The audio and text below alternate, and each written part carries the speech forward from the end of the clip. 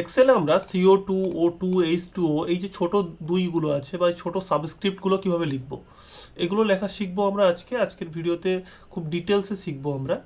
তো চলুন এখানে প্রথমে টাইপ করি CO2 এরকম সিলেক্ট করছি। দুভাবে হয় সাবস্ক্রিপ্ট, তো আমি এখানে এটাকে ক্লিক করে এই যে এটাকে সিলেক্ট করছি। ঠিক আছে, করার পরে এখানে দেখুন হোম পেজে ফন্টের মধ্যে এই যে ছোট্ট আইকনটা আছে না, এখানে যাওয়ার পরে এই যে পপ আপটা আসছে, এখানে আমি সাবস্ক্রিপ্টে ক্লিক করে ওকেতে ক্লিক করব। দেখুন CO2 হয়ে গেছে। আমি যদি এবার H2O করতে যাই দ্বিতীয় ভাবে, দুরকম পদ্ধতিতে, তাহলে কি করব, এখানে ক্লিক করব, এই যে এটাকে সিলেক্ট করব।